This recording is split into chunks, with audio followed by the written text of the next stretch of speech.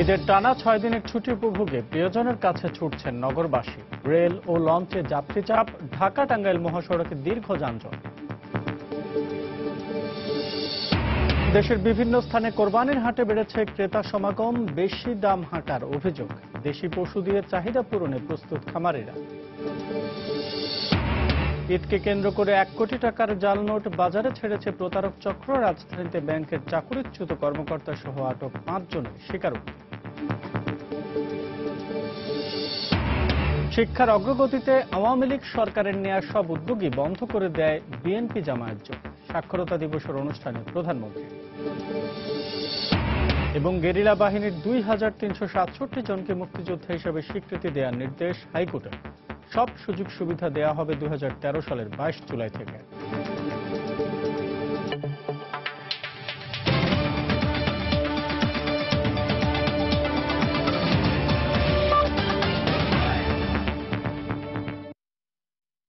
প্রবাসী সময় সঙ্গে আছে আমি আসাদ আজিম। শুক্রবার থেকে শুরু হচ্ছে ঈদের টানা 6 দিনের ছুটি। প্রিয়জনের সঙ্গে ঈদের আনন্দ ভাগ করে নিতে সহজ ছাড়তে শুরু করেছেন নগরবাসী। কোনো ভোগান্তি ছাড়াই সময়মতো ট্রেন পাওয়ায় পরিবারের কাছে পৌঁছে যাওয়ার আনন্দ যেন আরো বেড়ে গেছে। সন্তানকে বিদায় জানাচ্ছেন এই বাবা। 2-1 দিন পর ঈদ আনন্দে সামিল হতে তিনিও যাবেন। এমনই ছোট ছোট দৃশ্য দেখা গেল ঈদের আগে শেষ কর্মদিবসের সকালে কমলাপুর রেল স্টেশন জুড়ে। নগর জীবনের ব্যস্ততা ছেড়ে ঈদের আনন্দ পরিবারের সাথে ভাগাভাগি করে নিতে রাজধানীর কমলাপুর রেল স্টেশনে ঈদে ঘরমুখো মানুষের এই পদচারণা।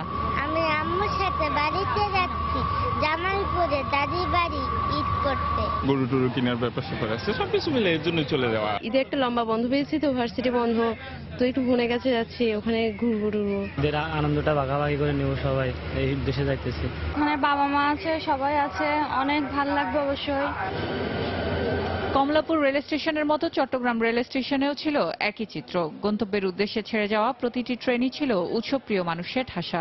ঢাকায় আত্মীয়ের বাসায় যাচ্ছি, আমরা মজা করব, অনেক ঘুরবো ঈদের ছুটিতে। আশা করি যাত্রা খুব খুব খুব ভালো হবে। মা বাবা ভাই বোন সবার সাথে ঈদ করতে যাচ্ছি। সীমিত সময় নিয়ে যাচ্ছি, তবে খুব এক্সাইটেড আমরা।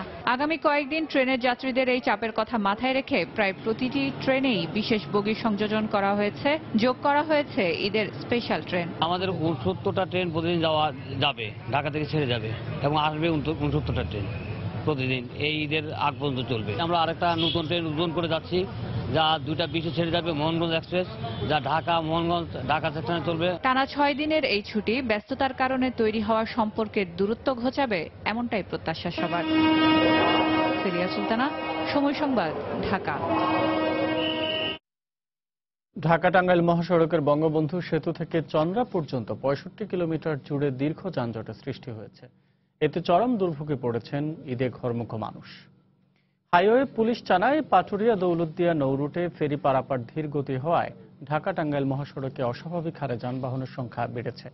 একই সঙ্গে রাজধানীমুখী গরু ভর্তি ট্রাক চলাচলের কারণে মহাসড়কের অন্তত 65 কিলোমিটার এলাকায় তীব্র যানজটের সৃষ্টি হয়েছে।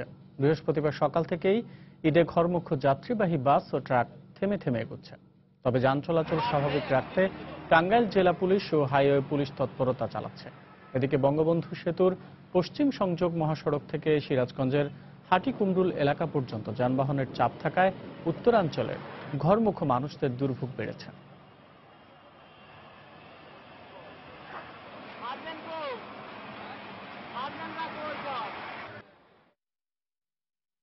কিছুটা কাটতে শুরু করেছে দৌলতদিয়া পাটুরিয়া নৌরুটের অচল অবস্থা। বৃহস্পতিবার সন্ধ্যার পর 4টি ঘাট চালু হওয়ায় যানজট কিছুটা কমেছে। পাটুরিয়া ঘাটের সহকারী ব্যবস্থাপক মোহাম্মদ মহিউদ্দিন জানান, প্রবল স্রোতের কারণে এবং ভাঙনে সবগুলো ঘাট চালু না থাকায় পুরোদমে ফেরি চলাচল করতে পারছে না। ঘাট সংকটের পাশাপাশি নদীতে স্রোতের কারণে ফেরি নোঙ্গর করতেও সময় লাগছে দ্বিগুণ। এতে 18টি ফেরির মধ্যে 14টি ফেরি চলাচল করছে। পারাপারের অপেক্ষায় ঘাটের দুপাড়ে আটকে রয়েছে 6 শতাধিক যানবাহন।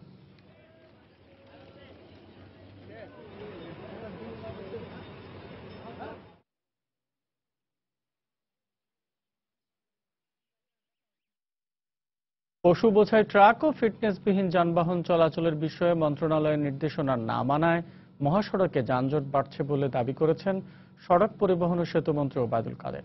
বৃহস্পতিবার দুপুরে চট্টগ্রামের সিটি গেট এলাকায় বিআরটি এর অভিযান কার্যক্রম পরিদর্শন শেষে তিনি একথা বলেন। মন্ত্রী বলেন, ঘরমুখো মানুষের দুর্ভোগ কমাতে ঈদের 3 দিন আগে ও পরে মহাসড়কে ভারী যানবাহন চলাচল বন্ধ থাকবে। 4 লেনের গাড়ি যখন এসে 2 লেনের ব্রিজে পড়ে, আরেকটা হচ্ছে ফিটনেস বিন গাড়িগুলো ব্যাপারে সংশ্লিষ্টরা ব্যবস্থা নিতেন, তাহলে এই সমস্যাটা হওয়ার কোনো কারণ ছিল না। আমাদের ডিসিপ্লিনের বড় অভাব। এ ব্যাপারে রোভার স্কাউট সকাল থেকে নিয়োজিত হবে 16 থেকে 20টা পয়েন্টে। আরেকটা হচ্ছে রড, সিমেন্ট, কাঠ বহনকারী যে গাড়িগুলো, এগুলো ওই 3 দিন আগে 3 দিন পরে চলবে না। এটা হলো সরকারের সিদ্ধান্ত। বৃহস্পতিবার বিকেল থেকে লঞ্চগুলোতে ছিল উপচে পড়া ভিড়। যাত্রীরা বলেন, প্রিয়জনের সঙ্গে ঈদ আনন্দ ভাগাভাগি করতে কিছুটা কষ্ট মেনে নিতে প্রস্তুত তারা। পুলিশ ও লঞ্চ মালিকরা বলছেন, যাত্রীরা যেন নিরাপদে ঈদ করতে বাড়ি যেতে পারেন তার সব ব্যবস্থা করা হয়েছে। বৃহস্পতিবার সকাল থেকে দক্ষিণাঞ্চলমুখী যাত্রীদের ভিড় চোখে না পড়লেও দুপুরের পর থেকে মূলত চাপ বাড়তে থাকে সদরঘাটে। ধীরে ধীরে ঘরমুখো মানুষের সব স্রোত যেন মিলিত হয় সদরঘাট লঞ্চ টার্মিনালে। রাস্তায় কিছুটা ভোগান্তি হলেও লঞ্চে ওঠার পর সব কষ্ট যেন দূর হয়ে যায় ঘরমুখো হাজারো মানুষের। আজকে কষ্ট হয়েছে, বাড়ি গেলে এই কষ্ট আমাদের থাকবে না।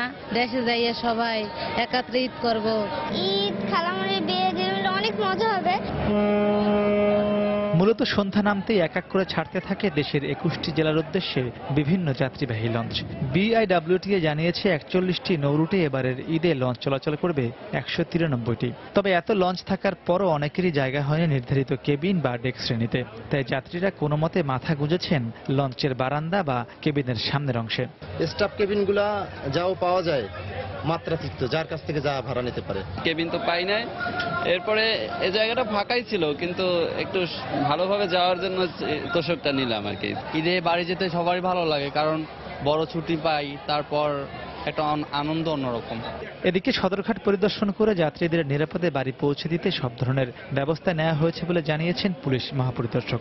আর লঞ্চ মালিকদের দাবি, গার্মেন্টস ছুটির পর শনিবার থেকে ভিড় বাড়লেও যাত্রী সেবা নিশ্চিত করতে পর্যাপ্ত লঞ্চ আছে তাদের কাছে। মূলত কেবিনের চাপটা প্রচন্ড, যারা সরকারি কর্মজীবী তারা চলে যাচ্ছে, আর ডেকের যাত্রী মোটামুটি 10-11 এই 2 দিন প্রচন্ড চাপ হবে। যাত্রীদের বাড়ি পৌঁছে দেওয়ার জন্য আমাদের যথেষ্ট পরিমাণ নৌযান আছে। খোলা চোখে যে আনফিট কোনো লঞ্চ আমি দেখি নাই, ভিতরে যান্ত্রিক কোনো ত্রুটি আছে কিনা জানি না, তো সেই ব্যাপারেও আমাদের নজরদারি আছে। বৃহস্পতিবার সদরঘাট থেকে 80টিরও বেশি লঞ্চ ছেড়ে গেছে দেশের বিভিন্ন জেলার উদ্দেশ্যে। মাহমুদ রাকিব, সময় সংবাদ, ঢাকা। প্রবাসী সমারোহ থাকছে। বরিশালে স্বরাষ্ট্রমন্ত্রীর উপস্থিতিতে আত্মসমর্পণ করল জলদস্যু শান্ত ও আলম বাহিনীর প্রধান সহ 14 সদস্য।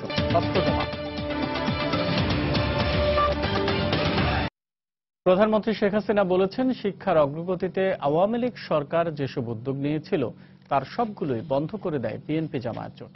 বৃহস্পতিবার সকালে রাজধানীর ওসমানী স্মৃতি মিলনায়তনে আন্তর্জাতিক সাক্ষরতা দিবসের উদ্বোধনী অনুষ্ঠানে তিনি একথা বলেন। প্রধানমন্ত্রী বলেন, বিএনপি জামায়াতের জ্বালাও পোড়াওয়ের কারণে গত বছর সময় মতো বই পৌঁছানো যায়নি।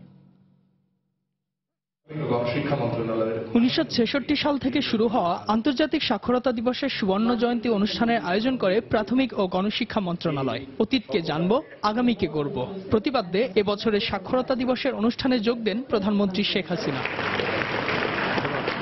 উদ্বোধনী অনুষ্ঠানে প্রধানমন্ত্রী তার বক্তব্যে শিক্ষাক্ষেত্রে আওয়ামী লীগ সরকারের নেওয়া বিভিন্ন উন্নয়নমূলক কর্মকাণ্ড তুলে ধরেন।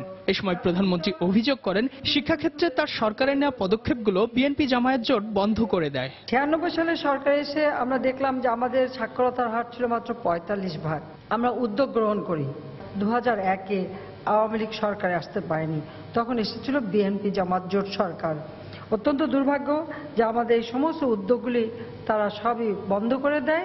2015-তে যেভাবে বিএনপি জোট মিলে জ্বালাও পোড়াও নানা ধরনের কর্মকাণ্ড করছিল, তাতে সেই সময় বই পাঠানো অত্যন্ত দুরূহ ব্যাপার ছিল, কিন্তু তারপরেও আমরা 2015 জানুয়ারিতে বই পাঠাই। শিক্ষার উন্নয়নে সরকারের পাশাপাশি স্থানীয় জনপ্রতিনিধি, বেসরকারি সংগঠন ও বিত্তবানদের এগিয়ে আসারও আহ্বান জানান প্রধানমন্ত্রী। আমরা তো বই দিয়ে দিচ্ছি, বৃত্তি দিচ্ছি, কিন্তু গার্জিয়ান এবং যারা শিক্ষক এবং স্থানীয় জনগণ তারাই তো একটু উদ্যোগ নিতে পারেন। দুপুরে একটু খাবারের ব্যবস্থা করে দেবেন। জনপ্রতিনিধিরা আছেন, প্রত্যেকে যদি উদ্যোগ নেন যে না আপনার এলাকায় কোনো মানুষ নিরক্ষর থাকবে না, আপনি তাদেরকে সাহায্য করবেন। অনুষ্ঠানে প্রধানমন্ত্রী জানান, পার্বত্য এলাকা সহ দেশের দুর্গম এলাকায় আবাসিক স্কুল নির্মাণ করবে সরকার। পাহাড়ি এলাকা, হাওড় বাওড় এলাকা, সেখানে ইতিমধ্যে আমি নির্দেশ দিয়েছি যে সব এলাকায় আবাসিক স্কুল করা হবে। ইজাজ শৌমিক, সময় সংবাদ, ঢাকা। বাচ্চাদের জন্য এবার র্যাবের হাতে ধরা পড়ল জাল টাকা তৈরির আরেকটি চক্র। বৃহস্পতিবার রাজধানীর বনশ্রী ও জুরাইন এলাকায় অভিযান চালিয়ে এই চক্রের 5 সদস্যকে আটক করে র্যাব। এদের মধ্যে একটি সরকারি ব্যাংকের চাকরিচ্যুত কর্মকর্তাও আছেন। র্যাব বলছে চক্রটি এরই মধ্যে বাজারে 1 কোটি টাকার জাল নোট ছেড়েছে। 20 বছর আগে অগ্রণী ব্যাংকের জুনিয়র কর্মকর্তা আব্দুর রশিদ অসততার দায়ে চাকরিচ্যুত হয়ে জেল খাটার সময় কারাগারে পরিচয় হয় ভারতীয় মুদ্রা জালিয়াত নুরুজ্জামানের সঙ্গে। জেল থেকে বেরিয়ে কাটাবনে প্রেস ব্যবসার আড়ালে রশিদ ও নুরুজ্জামান ভারতীয় রুপি জালিয়াতির বাণিজ্য শুরু করেন। এক পর্যায়ে রশিদ একাই শুরু করেন জাল টাকার ব্যবসা। জনৈক রহিমের 2 স্ত্রী ফাতেমা ও রুবিনা তাদের স্বামীর সঙ্গে জাল টাকার ব্যবসার অপরাধে জেল খাটার পর জামিনে বেরিয়ে আবারও জড়িয়ে পড়েন একই চক্রে। এই 2 জনকে বনশ্রী এলাকা থেকে এবং তাদের দেয়া তথ্য অনুযায়ী রশিদ ও আরো 2 জনকে জুরাইন এলাকা থেকে আটক করে র্যাব। আব্দুর রশিদ যখন কাটাবনে প্রিন্টিং প্রেসের ব্যবসা করত তখন তার কাছে এই জলছাপ দেওয়ার জন্য এই নুরুজ্জামান এসে দেখা করে এবং একসময় ভারতীয় মুদ্রার উপর ছাপ দেওয়া শুরু করে। দিতে একটা সময় বাংলাদেশি মুদ্রার উপর তারা ছাপ দেওয়া শুরু করে। গত বছরই তার স্বামী সহ তার 2 স্ত্রীকে বেশ কিছু জাল টাকা সহ আমরা গ্রেফতার করেছিলাম এবং সেই রহিম এখনো জেল হাজতে থাকলেও তার 2 স্ত্রী চলে আসে। তারা জামিনে বের হয়ে এসে আবার একই কাজ শুরু করে এবং 2 জন একই ঘরে থেকে একসাথেই এই ব্যবসা করছে। র্যাব বলছে এই চক্র এরই মধ্যে নিখুঁতভাবে তৈরি করা কোটি টাকার জাল নোট বাজারে ছেড়েছে। সারা বছর তারা করলেও ঈদের সময়টাতে তারা বেশ ভালো ব্যবসা করে। এইবারের ঈদে ইতিমধ্যেই 1 কোটি টাকার মতো তারা অলরেডি বাজারে ছেড়ে দিয়েছে এবং আরও 2 কোটি টাকা তারা ছাড়ার প্রস্তুতি নিচ্ছিল। তাদের বোঝা যাচ্ছে যে এই দলগুলো বেশ সক্রিয় এবং এই বাজারে তারা বেশ ভালোভাবেই জাল টাকা নোট ছাড়ার পরিকল্পনা করছিল এবং সক্রিয় ছিল, কাজ করে যাচ্ছিল। র্যাব আরো জানিয়েছে জাল টাকা বাজারজাত করার সঙ্গে কিছু ব্যবসায়ী জড়িত। ছোটখাটো দোকান থেকে শুরু করে পাইকারি, খুচরা বিভিন্ন। ওমর ফারুক, সময় সংবাদ, ঢাকা। এবং অনেকে জেনে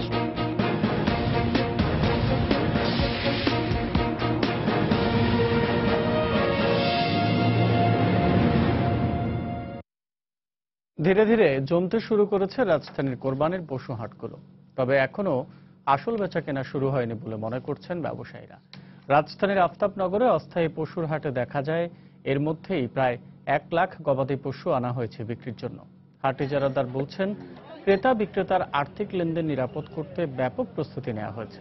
তবে গেল বছরের তুলনায় এবার পশুর দাম অনেক বেশি বলে মনে করছেন ক্রেতারা। বিক্রেতারা বলছেন উল্টো কথা।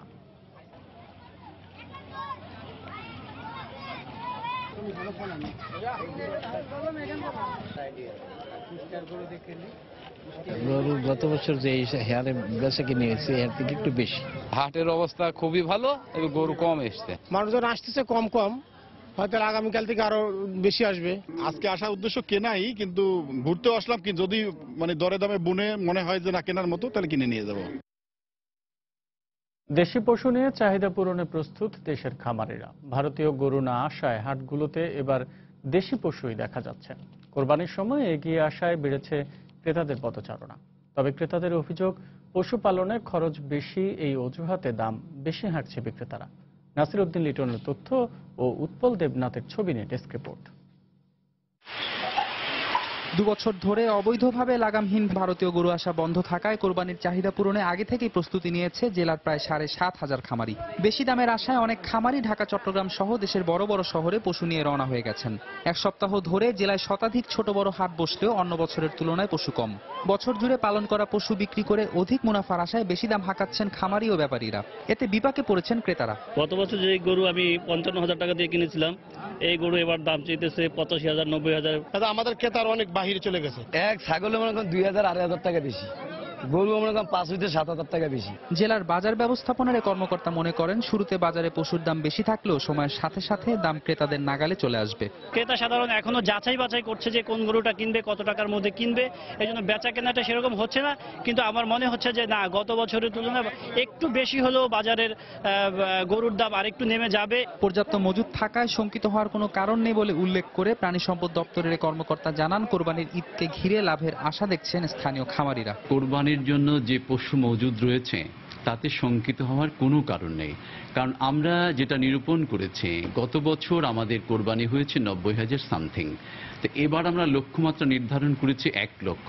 আর পশুর হাটের সিন্ডিকেট প্রতিরোধ ও আইন শৃঙ্খলা রক্ষায় পর্যাপ্ত ব্যবস্থা নেওয়া হয়েছে বলে জানালেন জেলা পুলিশের শীর্ষ কর্মকর্তা। পুলিশের পক্ষ থেকে আমাদের গোয়েন্দা সংস্থার ডিবি থাকবে, জেলা বিশেষ শাখার সদস্যরাও থাকবে, কমিউনিটি পুলিশের সদস্যরাও থাকবে, আর জেলা পুলিশও থাকবে। গত বছর জেলায় 90,500 পশু কোরবানি হয়েছে। এবার কোরবানির জন্য প্রস্তুত 1 লাখ পশু। সময় সংবাদ, ভোলা। প্রবাসের সময় আরও থাকছে। মোবাইল কোম্পানি সিটিসেল গ্রাহকদের অপারেটর পরিবর্তনে বিটিআরসির দেয়া বিজ্ঞপ্তির কার্যক্রম স্থগিতের নির্দেশ হাইকোর্টের।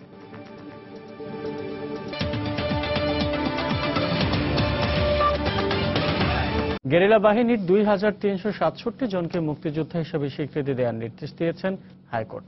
একই সঙ্গে 2013 সালের 22 জুলাই থেকে তাদের মুক্তিযোদ্ধা হিসাবে সব সুযোগ সুবিধা দেওয়ারও নির্দেশ দেওয়া হয়েছে। 2013 সালে এক প্রজ্ঞাপনের মাধ্যমে গেরিলা বাহিনীর এসব সদস্যকে মুক্তিযোদ্ধা হিসেবে তালিকাভুক্ত করা হয়। পরবর্তীতে কারণ দর্শানো ছাড়াই 2014 সালের অক্টোবরে এক প্রজ্ঞাপনের মাধ্যমে তালিকা সংবলিত গেজেটটি বাতিল করে সরকার। ন্যাপ, কমিউনিস্ট পার্টি ও ছাত্র ইউনিয়ন বিশেষ এই গেরিলা বাহিনীর তালিকা বাতিলের বৈধতা চ্যালেঞ্জ করে একটি রিট করে। এই রিটের চূড়ান্ত শুনানি শেষে বৃহস্পতিবার রায় দিলেন উচ্চ আদালত।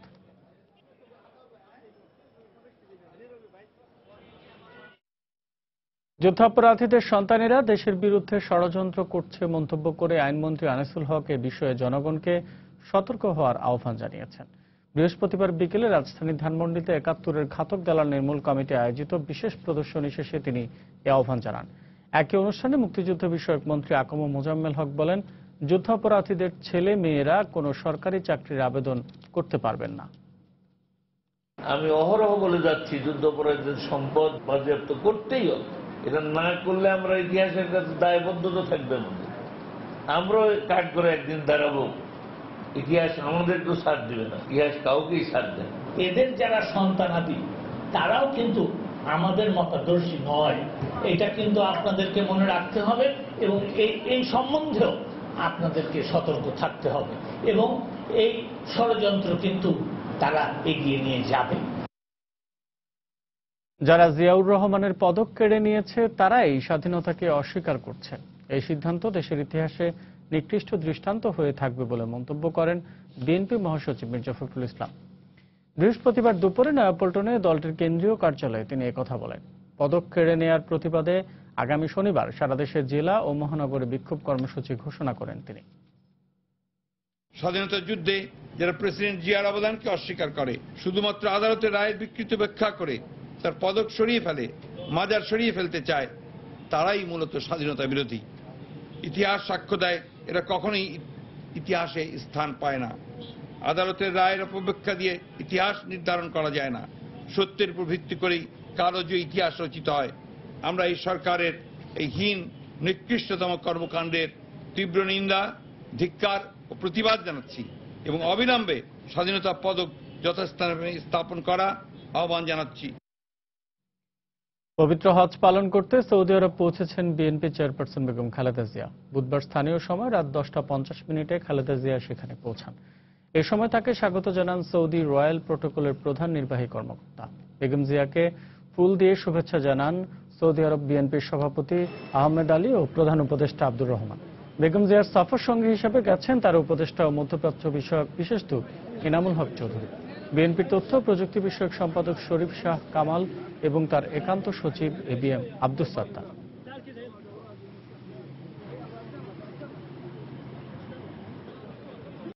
যশোরে একই পরিবারের 6 জন সহ সন্দেহভাজন 11 জঙ্গি সদস্যের তালিকা প্রকাশ করেছে আইন শৃঙ্খলা রক্ষা বাহিনী। তবে গ্রেফতারের পর জামিনে মুক্ত হয়ে গা ঢাকা দিয়েছে পরিবারটি। হিজবুত তাহরিরের সক্রিয় সদস্য হয়েও জামিন পাওয়ায় বিস্মিত এলাকাবাসী। এক্ষেত্রে পুলিশ আইনজীবীদের নিষ্ক্রিয়তাকে দুষলেও অস্বীকার সরকারি কৌশলীরা। আইনজীবীরা বলছেন, মামলার এজাহার তৈরিতে পুলিশের আরও যত্নবান হওয়া দরকার। জুয়েল মৃধার তথ্য ও আবুল কালামের ছবি নিয়ে ডেস্ক রিপোর্ট। গোয়েন্দা তথ্যের ভিত্তিতে 11 জন সন্দেহভাজন জঙ্গির তালিকা প্রকাশ করে যশোর জেলা পুলিশ। তাদের ছবি সম্বলিত পোস্টার লাগানো হয় শহরের দেয়ালে দেয়ালে। তালিকায় শহরের কসবা বিবি রোডের তানজিফ ওরফে আশরাফুল, তার ভাই তানজির ও তাদের 2 বোন মাছুমা ও মাকসুদার নাম রয়েছে। এছাড়া তাদের 2 বোনের স্বামীর নামও উঠে আসায় শহর জুড়ে চাঞ্চল্যের সৃষ্টি হয়েছে।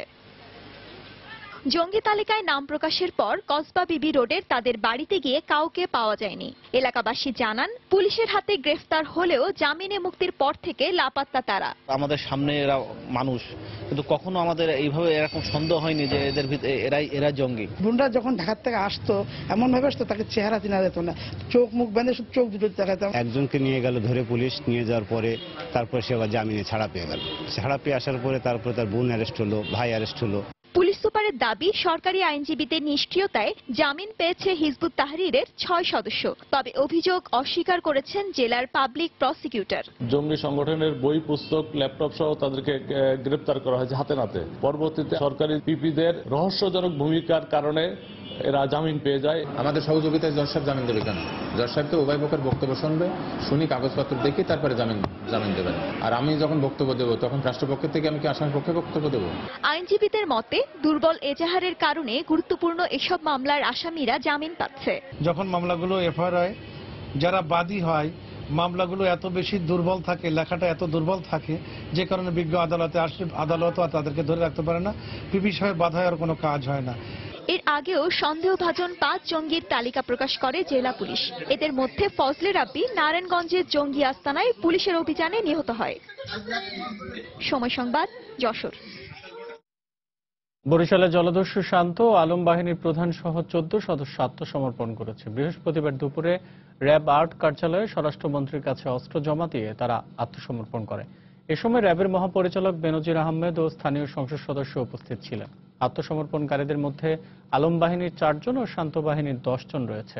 তারা 20টি আগ্নেয়াস্ত্র এবং 1008 রাউন্ড গুলি জমা দেয়। আত্মসমর্পণকারীদের আইনি সহায়তা দেওয়ার কথা জানান স্বরাষ্ট্রমন্ত্রী।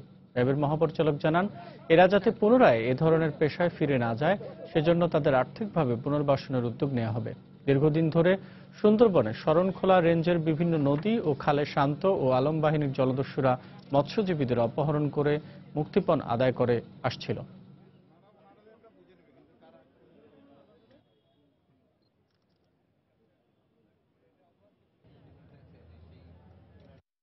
যারা আত্মসমর্পণ করলো সবাই বলছিল যে তারা একটা স্বাভাবিক জীবনে ফিরে যেতে চান। অবশ্যই স্বাভাবিক জীবনে ফিরে যাবেন আপনারা ভুল বুঝেছেন, আপনার কৃতকর্মের জন্য আপনারা ক্ষমা চাচ্ছেন। আমাদের মাননীয় প্রধানমন্ত্রী সবসময় বলেন, যারা ক্ষমা চান, যারা ভুল হয়ে গেছে, যারা পথ হারিয়েছিলেন, তারা যদি চলে আসেন আমরা তাদেরকে দেখব। প্রত্যেককেই আমরা ইনশাআল্লাহ সমাজে আর্থিকভাবে পুনর্বাসন করব, যাতে করে এই অভাব অনটনের কারণে এই লোকগুলো আবার তাদের এই পুরনো ডেঞ্জারাস, এই ভয়াবহ মারাত্মক পেশায় ফেরত না যায়। কেরানীগঞ্জের পানগাঁও ইনল্যান্ড কন্টেনার টার্মিনালে ব্যবহারের জন্য আলাদা কোনো শুল্ক কাঠামো করা হবে না বলে জানিয়েছেন অর্থমন্ত্রী আবুল মাল আব্দুল মুহিত। বৃহস্পতিবার দুপুরে সচিবালয়ে ব্যবসায়ী প্রতিনিধি, জাতীয় রাজস্ব বোর্ডের চেয়ারম্যান ও নৌপরিবহন মন্ত্রীর সঙ্গে বৈঠক শেষে একথা জানান তিনি। পানগাঁও পোর্ট হয়ে গেছে, it is not being used. এইটা আমরা আজকে বসে কয়েকটা প্রবলেম ছিল ফর নন ইউজ, এটা রিজলভ হয়েছে। পানগাঁওয়ের tariff we have already reduced. Sutarang Pangao has already started. They asked that there should be differential shulko. This is not possible. বেসরকারি mobile company সিটিসেলের গ্রাহকদের অপারেটর পরিবর্তন করতে বিটিআরসির দেয়া বিজ্ঞপ্তির কার্যক্রম স্থগিত করেছেন হাইকোর্ট। বৃহস্পতিবার সকালে সিটিসেলের করা এক আবেদনের পরিপ্রেক্ষিতে বিচারপতি জুবায়ের রহমান চৌধুরী ও বিচারপতি আতাউর রহমান খানের সমন্বয়ে গঠিত হাইকোর্টের দ্বৈত বেঞ্চ এই স্থগিতাদেশ দেন। গত 31 জুলাই সিটিসেলের গ্রাহকদের অপারেটর পরিবর্তনের বিজ্ঞপ্তি দেন বিটিআরসি। এর আগে সিটিসেলের কাছ থেকে বিটিআরসির পাওনা 477,55,00,000 টাকা 2 মাসের মধ্যে পরিশোধের নির্দেশ দেন আপিল বিভাগ।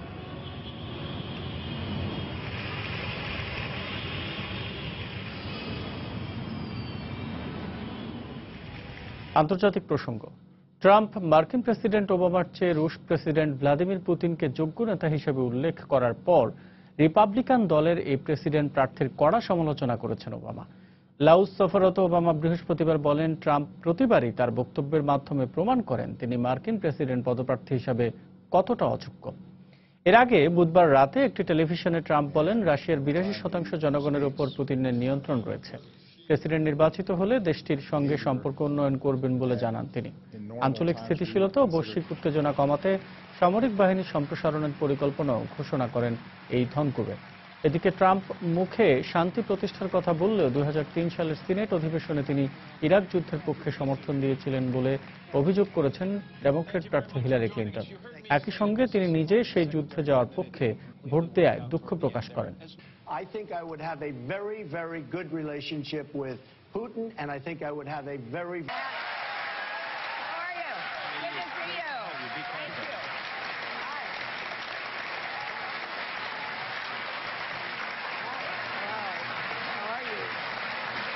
Good to have...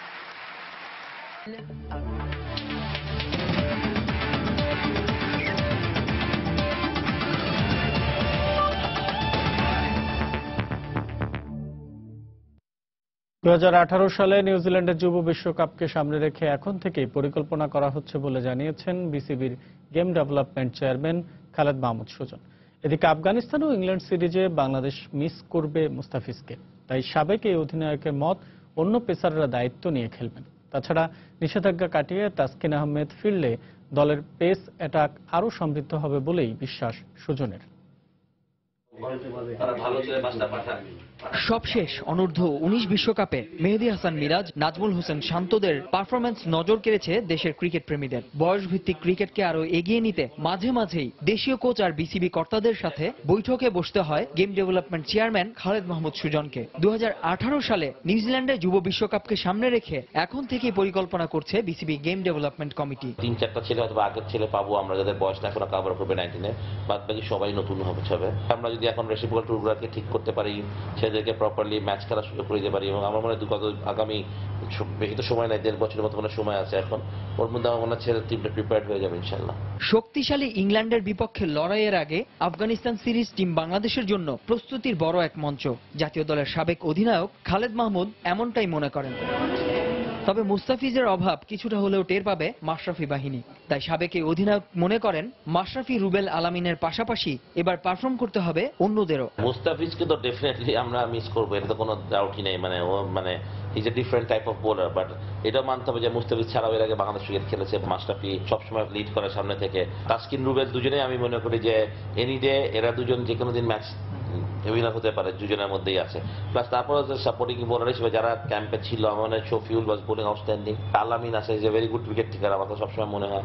আবাহনী লিমিটেডের কোচ হিসেবে এবার কাছ থেকে দেখেছেন পেসার তাসকিন আহমেদকে। বাউন্সারে কিছুটা সমস্যা থাকলেও তা পুরোপুরি শুধরে নিয়েছেন। তাই ব্রিসবেনে বায়োমেকানিক্যাল টেস্টে উত্তীর্ণ হয়েই তাসকিন আবার আন্তর্জাতিক ক্রিকেটে ফিরবেন বলেই বিশ্বাস করেন খালেদ মাহমুদ। ফাস্ট বলার যখন বল জোরে করতে যাবে, বাউন্সার করতে যাবে, একটু তো ওরকম হবে, বাট আই ফিল যে তাসকিনের ওয়াজ নাথিং ওয়াজ দেয়ার। আমরা এখনো বিশ্বাস করি না যে তাসকিনের কোনো আমি দারুণ একটা অ্যাকশনে, বা তারপরে যে জায়গায় একটা কাজ ছিল তাসকিনের, যেহেতু হাতটা একটু সাইড থেকে আসতো, ওইটাকে হয়তো ঠিক করা হয়েছে। সুতরাং আমার Taskin will be perfectly alright. Taskin ফিরলে টিম বাংলাদেশ পেসটাকে আরো শক্তিশালী হবে বলেই মনে করেন তিনি। এগুলো কারণে আসলে কাজগুলো। নাসির সুলতান, সময় সংবাদ, ঢাকা। এএফসি নারী অনূর্ধ্ব 16 চ্যাম্পিয়নশিপ ফুটবল বাছাইয়ে বাংলাদেশ দলের কলসিন্দুর গ্রামের খেলোয়াড়রা স্কুলের পক্ষে খেলতে রাজি না হওয়ায় গোলরক্ষক তাসলিমার বাবাকে মারধর করেছে মাধ্যমিক বিদ্যালয়ের ক্রীড়া শিক্ষক। স্কুলের পক্ষে খেলাকে কেন্দ্র করে বুধবার সন্ধ্যায় এ ঘটনা ঘটে। এমনকি জাতীয় দলের 9 সদস্যকে স্কুল থেকে বের করে দেওয়ার হুমকিও দিয়েছেন এই শিক্ষক। বৃহস্পতিবার বিকেলে শিক্ষক জাবেদ আলীকে আসামি করে দোবাউড়া থানায় একটি মামলা দায়ের করেছেন তাসলিমার বাবা সবুজ মিয়া। এ ঘটনার পর স্কুল কর্তৃপক্ষ অভিযুক্ত শিক্ষককে সাময়িক বহিষ্কার করেছে। বাছাই পর্বে গ্রুপ চ্যাম্পিয়ন হয়ে এএফসি অনূর্ধ্ব 16 ফুটবল চ্যাম্পিয়নশিপের মূল পর্বে খেলার যোগ্যতা অর্জনকারী নারী দলের গোলকিপার তাসলিমার বাবা সবুজ মিয়াকে মারধরের অভিযোগ পাওয়া গেছে। স্কুলের পক্ষে খেলা না খেলা নিয়ে বাগবিতণ্ডার জের ধরে ধোবাউড়ার কলসিন্দুর উচ্চ মাধ্যমিক বিদ্যালয়ের শরীরচর্চা শিক্ষক জবেদ আলী গত বুধবার রাতে তাকে জনসমক্ষে মারধর করেছেন বলে অভিযোগ তসলিমার বাবার। এই কলসিন্দুর স্কুলের নাম যেন মুখে না আসে, যদি আসে তো জুতা দিয়ে দাঁত পালাই দিন, এটা জবেদ মাস্টার বলছে। ওটা নিয়ে রাত্রে আমার এসে মারছে। ফুটবলার ও তাদের অভিভাবকরা জানান 17 তারিখ ঢাকায় সংবর্ধনা এবং সাব গেমসের ক্যাম্পে অংশগ্রহণের কারণে কুমিল্লায় স্কুলের পক্ষে খেলতে যেতে না চাওয়ায় স্কুলের শিক্ষার্থী অনূর্ধ্ব 16 দলের 9 নারী সদস্যকে বের করে দেওয়ার হুমকি দিয়েছে স্কুল কর্তৃপক্ষ। আমরা ইন্টার স্কুল যদি তোমরা না খেলো তাহলে মানে স্কুলদেরকে নাকি আমাদেরকে বাইর করে দিবে, তারা পরীক্ষা দিতে দিবে না। আমরা বলছে যে আপনারা মেয়েদেরকে আজকে থেকে আপনারা কিন্তু সইসাকর করিয়া নিয়ে যান। এদিকে বিদ্যালয়ের অধ্যক্ষ জানান শিক্ষকদের কথা না শোনায় তাদেরকে এমন কথা বলা হয়েছিল। আমরা তো একটা আশা করতে পারি এবং জেনুইন ছাত্রী, এটা ভুয়া ছাত্রী না, তাহলে যেহেতু আমরা আশা করতে পারতাছি না, তাহলে আমাদের এই ছাত্রীদের দরকারটা কি, এইভাবে কথাটা হয়েছে। এদিকে ধোবাউড়া থানার ভারপ্রাপ্ত কর্মকর্তা জানান অভিযুক্ত শরীরচর্চা শিক্ষক জবেদ আলীকে গ্রেপ্তারে অভিযান চলছে। তাকে যে মারধর করেছে প্রাথমিক তদন্তে পাওয়া গেছে, জাস্ট ওই পক্ষ থেকে আমাদের কাছে অভিযোগ পেলে আমরা আইনগত স্টেপ নেব। ঘটনার পর থেকেই শরীরচর্চা শিক্ষক জবেদ আলী পলাতক রয়েছে। ধোবাউড়ার কলসিন্দুর থেকে হারুনুর রশিদ, সময় সংবাদ, ময়মনসিংহ। এ পর্যায়ে শীর্ষ সংবাদ জানিয়ে দিচ্ছে আরো একবার। ঈদের টানা 6 দিনের ছুটি উপভোগে প্রিয়জনের কাছে ছুটছেন নগরবাসী। রেল ও লঞ্চে যাত্রী চাপ, ঢাকা টাঙ্গাইল মহাসড়কে দীর্ঘ যানজট। দেশের বিভিন্ন স্থানে কোরবানির হাটে বেড়েছে ক্রেতা সমাগম, বেশি দাম হাঁকার অভিযোগ। দেশি পশু দিয়ে চাহিদা পূরণে প্রস্তুত খামারিরা। ঈদকে কেন্দ্র করে 1 কোটি টাকার জাল নোট বাজারে ছেড়েছে প্রতারক চক্র। রাজধানীতে ব্যাংকের চাকুরিচ্যুত কর্মকর্তা সহ আটক 5 জনের স্বীকারোক্তি। শিক্ষার অগ্রগতিতে আওয়ামী লীগ সরকারের নেওয়া সব উদ্যোগই বন্ধ করে দেয় বিএনপি জামায়াত জোট। সাক্ষরতা দিবসের অনুষ্ঠানে প্রধানমন্ত্রী। এবং গেরিলা বাহিনীর 2367 জনকে মুক্তিযোদ্ধা হিসেবে স্বীকৃতি দেওয়ার নির্দেশ হাইকোর্টের। সব সুযোগ সুবিধা দেওয়া হবে 2013 সালের 22 জুলাই থেকে। এ ছিল প্রবাসী সময়। যে কোনো খবর পেতে ভিজিট করুন সময়নিউজ.tv। যে কোনো বাংলা লিংক, প্রবি ও সিটিসেল নম্বর থেকে সময় সংবাদের খবর অনুষ্ঠান সূচি জানতে এবং যে কোনো তথ্য সময় সংবাদকে জানাতে ডায়াল করুন 16242 নম্বর। এছাড়া মাত্র পাওয়া খবর আপনার মোবাইলে পেতে SMS করুন *স্পেস লিখে পাঠিয়ে দিন 16242 নম্বরে। সঙ্গে থাকুন সময়।